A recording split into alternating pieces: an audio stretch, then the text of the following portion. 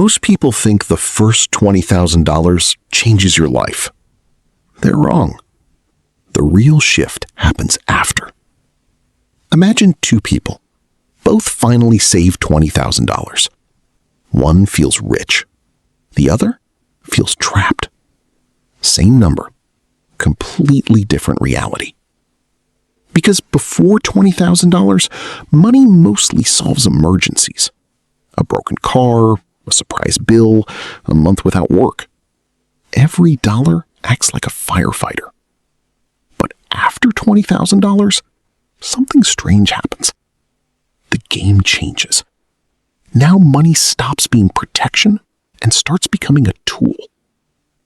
At first, the math looks boring. A savings account earning a few percent. Investments growing slowly.